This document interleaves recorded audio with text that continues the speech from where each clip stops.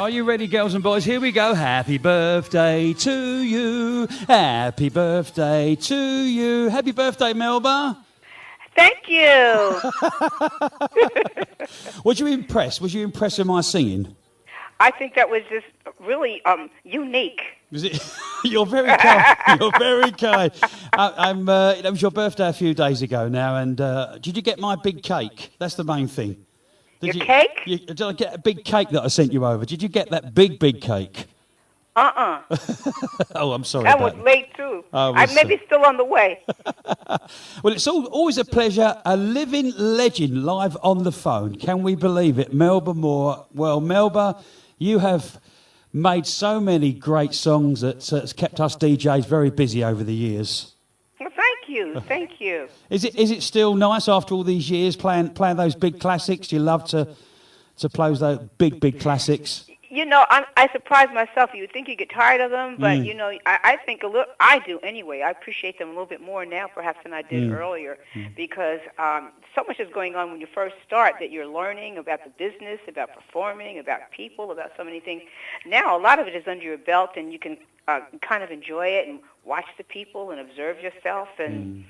You know, I think it's a little bit more enjoyable now. Oh, it's fantastic to see all those fans. You know, they know every lyric, I should think, Melba. Right. Is that a great? They know every lyric. Every lyric, and every dance move. Every dance move. Is that you got dance moves as well on stage? Oh, that's okay. English. That means dance moves. Dance moves. Yeah, I'm sorry. Yeah, all the dance moves. Yes. Yes. That record, you know what I mean? That's one that you have to sing every time, is it? Is that a big record for you on stage? Yes, it is. Thank God it is. It was like my first top 10 crossover, and back in the day, that was not easy to do, okay, crossover. A lot of the music has kind of merged, and, you know, everybody listens to everything. Well, not everybody, but there's not such a schism or divide between R&B and what we call pop. So, but that's a big deal for me in terms of audiences merging and my being able to expand the venues that I worked. So yeah, fantastic, absolutely. 1976, can we believe that? Oh my gosh. Woo! You took me back just by saying the date. I know it's just a number and all, but sometimes you kind of realize, you know, God has been good for a long time. Yeah, making those dance moves. Right. Still able to make them, yeah. We're going to come bang up to date with this new single, Just Dance. It's done really well in the UK for you, Melba. Lots of people getting hooked on it now and really enjoying this new track. How did this new album and new track come around? All right. Well, I've been looking for some good new music for a very long time, and recently, I guess maybe about a year ago, I found a wonderful songwriter producer by the name of Dominic McFadden, and discovered that I knew him from the time he was growing up when I was working with his dad, Gene McFadden. I didn't know that he was such a prolific songwriter, but he submitted this music to me, and I said, you know what? I think this music is relevant now. It still has an old school feel. I think it's something that I can do to be contemporary, relevant, and still be myself, and that's how it came about. Do you still get excited, you know, when something new comes along? Do you still get those goosebumps when you're in the studio?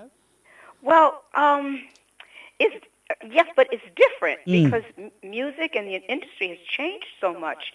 You have another excitement that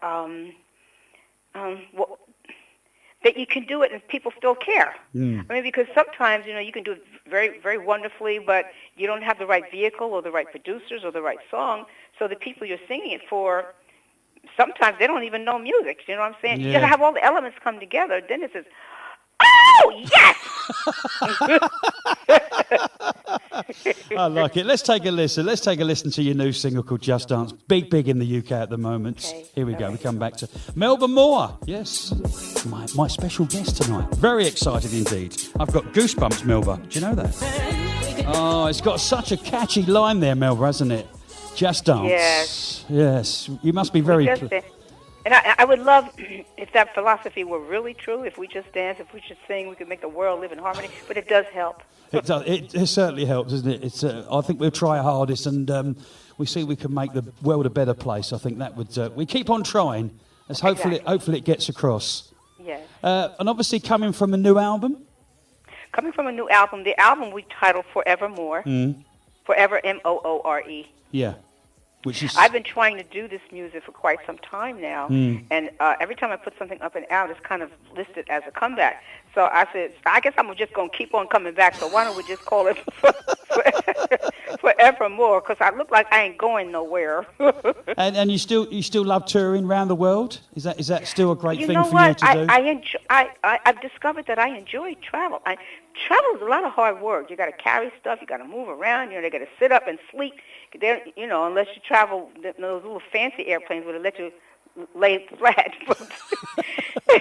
It's a lot of work, but I enjoy the personality of places. Each place has its own personality to me. I mean, they could be laid out the same. People say, well, every airport's the same. It's not the same. The people are different, and I enjoy that. And I can't believe we've never met. We've never had a little hug and a kiss, Melba, have we really? Well, I look forward to that. I think you do. You get excited about that, or is that just... Yeah, because people, I'm serious. People are, I don't know, when you meet and you have an experience with them, each one is one of a kind. There's no two exactly alike, and they have an effect on you. Well, I think I like people. Yeah, I'm a people's person. I mean, not everybody does, and not everybody really likes the industry. They perhaps are drawn to it, or they do it well, but I enjoy it.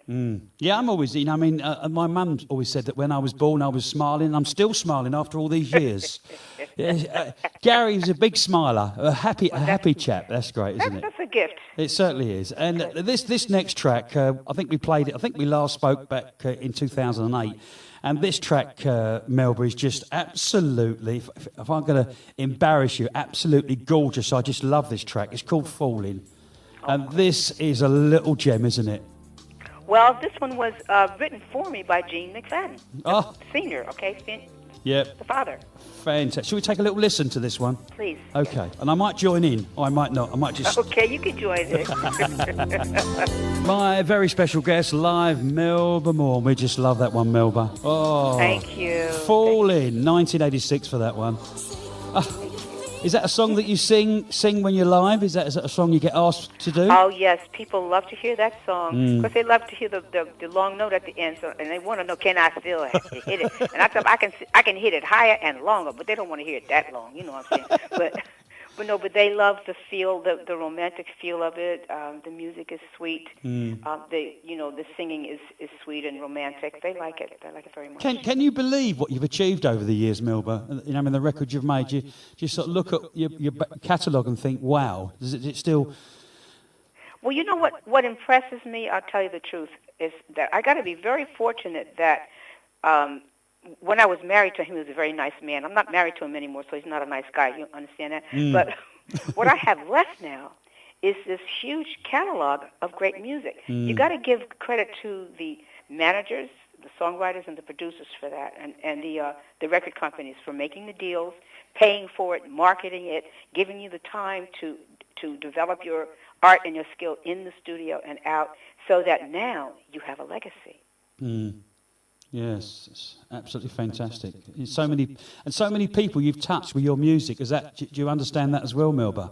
I do better now, yes. Once again, once time has passed and you have an opportunity to go out and see people at the venues, and they come backstage or in front, when you're selling the CDs and stuff, and they stop and they tell you exactly what has happened. And that's the time when you can really kind of take it and see that you've had an effect, and they've had an effect on you. Yes. It must be a fantastic feeling to meet your fans close up like that and hear those stories. Well, it brings the humanity and the real life force that's been in it. It's not just an industry or just marketing or just singing, just music. It's a human experience then, yes. Now, you've worked with some great artists. Is there anybody that's on your hit list for the future? There's someone you're after you'd like to duet with? Well, I've been invited to sing with Peebo Bryson, and that's very exciting. Wow. Me. And he's another artist who's really kept his gift up and looks well and sings well. And I always loved his songwriting, and I really look forward to singing with him, partnering with him. Is that something on his album, or something might be on your album too? Some live performances. Oh, fantastic! Whoa! We hope you video it and put it on YouTube or something like that. That should be fantastic. Yeah. Really, really. So that's your top man, is it? Apart from Gary Spence, Well, that's your top man, is it? well, for the moment. For the moment. Now, what do you like most? You obviously love singing, but obviously you do a bit of acting as well, going right back to Hair. You know, I mean, back in the early days. Tell us how that came about. That classic cult film now. Well, that came about through a recording session. I was just getting into the industry, and one of the first people I met was Valerie Simpson, who at the time was a backup singer, jingle singer, but she was also a songwriter and composer. And it was just before she had signed with Motown, and before she and Nick Ashford had married. Mm. And we were on a recording session that was being performed by Galt McDermott, who wrote the music for Hair. And he's also a wonderful keyboarder, so he was doing his own solo album. And the album took about 2 weeks to do because we did all the music from Hair. Mm. And I didn't know what Hair was. I had no theater background. But at the end of the date, they invited all the people it was about 6 singers on the date. It was a big background session, to come and sing for the director and the producers if they wanted to be in the musical Hair. I did, and that's how I got my first Broadway show. Mm. And my second Broadway show, which I got a Tony Award for, I still didn't have a manager or an agent, but one of the girls in the chorus of Hair told me about auditions for this new Black Broadway musical called Pearlie. I auditioned for it and got the part and got a Tony Award and TV show. And then after that, I got a solo recording career, and that kind of put me on the map. That's how it started. How does that differ, say, to singing? You know, and obviously you sing on it as well, but doing the acting part. Oh, it's real different. Is it?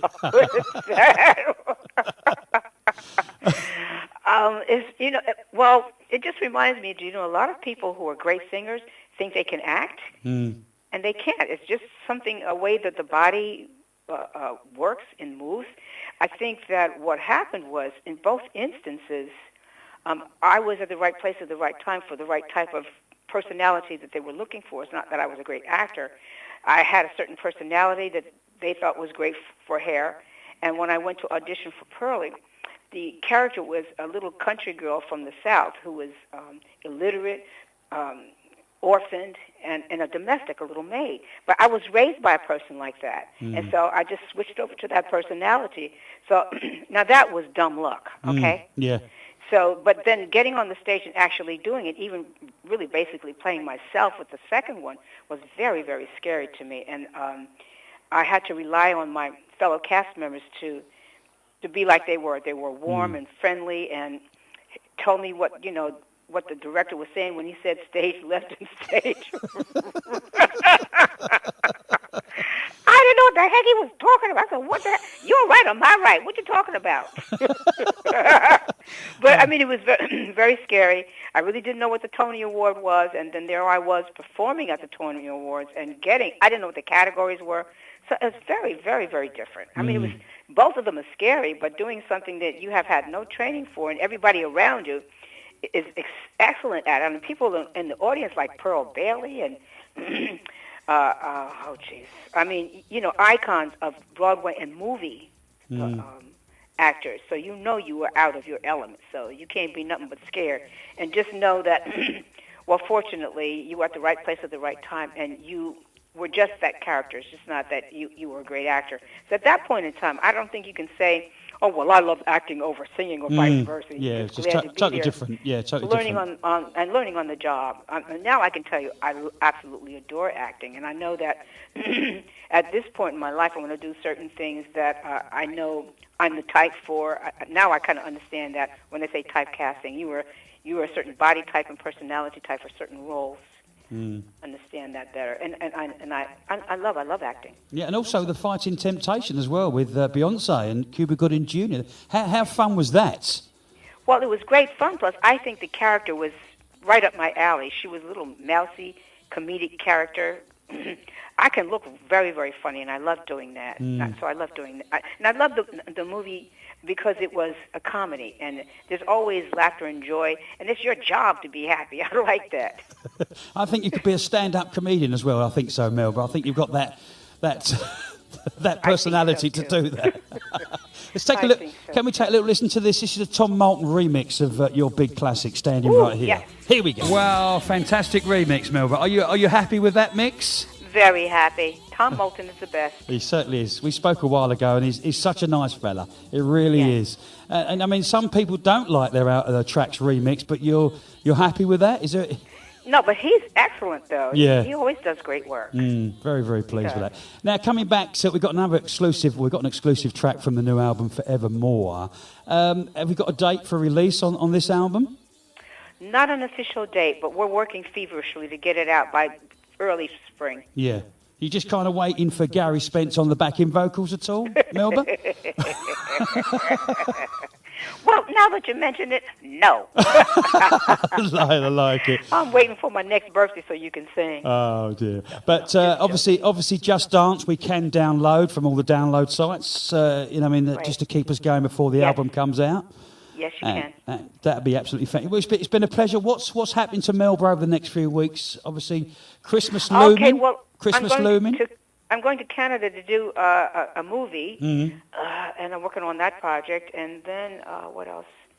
Oh God, some touring. I just can't remember the dates and the things I'm doing right now. As I said, I'm going to be on the road, hopefully with Peebo Bryce and I do have a one-woman play that's my autobiography called Still Standing, the Melba Moore story, which I'm touring in too. Fantastic. When do you sleep, Melba? When do you go to sleep? When you ain't calling me singing happy birthday. Thank you so much for being there today, Melba. It's been a real pleasure, and we can't wait for you to. I need a kiss and a cuddle. As long as my wife's not watching. Probably sometime next year. That'd be okay when you come back to the UK, because you do flipping in out the UK, don't you? Really, you do come back. I should be there in the spring too. Fantastic. And we can't wait for the new album, Forevermore. And obviously keep in contact. You've got a great website and Facebook page, and I know your fans will keep in contact. And thank you so much for being there today. Stay on the line. Stay where you are. Here's an exclusive track from the album. No one's got this apart from me. Here we go. Many, many thanks to Melba Moore. What a lovely young lady. A comedian too, yeah. That's taken from her forthcoming album, Forevermore, out next year, she said. What can I do to survive? And we'll find out where her latest single is. Coming up on the Sweet Rhythms chart between 9 and 10 tonight. It's just called Just Dance. Don't forget you can download that single. And we've got a new feature on the show. Yes.